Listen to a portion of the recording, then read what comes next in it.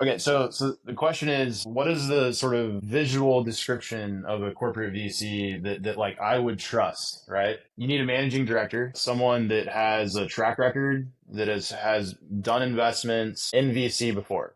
The reason why you want this person is because this person is very connected and knows everybody else. They're your ally and best friend. Second thing, you need to have someone in that company that will be sitting on your board that understands your business and understands the corporate VC's business. This board member needs to speak frankly to you about what they actually want, and you need to be able to speak frankly to them about what you think you need. The third thing is there needs to be some semblance of an analyst or someone there that is helping to manage deal flow, that is helping to tee up deals. It can't be just the managing director's show. Like there needs to be like a VC team. Every time I've heard, it's just a guy that is doing some investments. Why don't they just be like an LP in brick and mortar?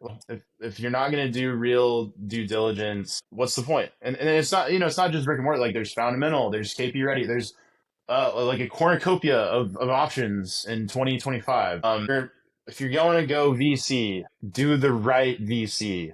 I feel like as well, does the CVC find it difficult to attract talent because the best talent, I would assume, would just go to institutional VC rather than corporate VC? I just So assume that. they have to be really, really good at what they do. Like you got to really trust this corporate that they're going to help your business, like they better already be a customer, they're better already being a paying customer with a relationship. And, if you're only going to get this deal if we invest in you mentality is terrible. Like that, can't think of a worse way to kind of, do you ask your father-in-law, your future father-in-law, what the dowry looks like before asking him for his daughter's hand?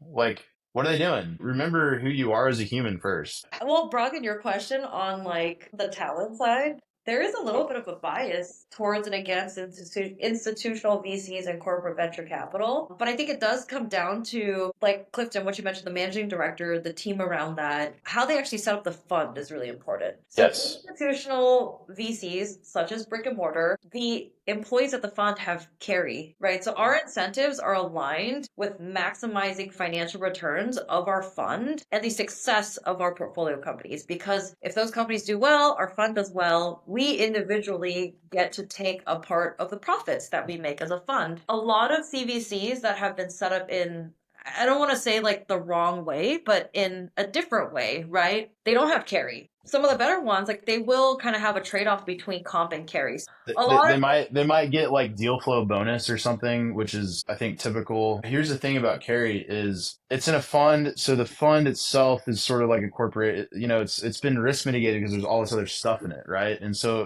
corporate VC, they don't have 30 investments; they're doing like one or two or three. And what if you're 80% of the money that they put on the table? Like the expectations from them on you is really high. So I think that's why for a founder, you should understand what is that structure of that fund because and it's all about incentives, right? We all just want to align incentives and we just want to make sure that everyone is investing or participating in the best interest of the company. Yeah, like you don't want like, hey, is your investment in me going to cripple the entire rest of your fund? Like you could ask that question and be like, oh no, this is an individual investment done, by our CEO and these other people. And you're like, well, why don't I talk to the CEO and see why he wants to invest his personal money in me? Like you start asking these hard questions and you'll see if you really want to work with them. And you might not even know what questions you're asking, but because it's all foreign to you, right? And if they don't like the questions you're asking, then great, you can move on to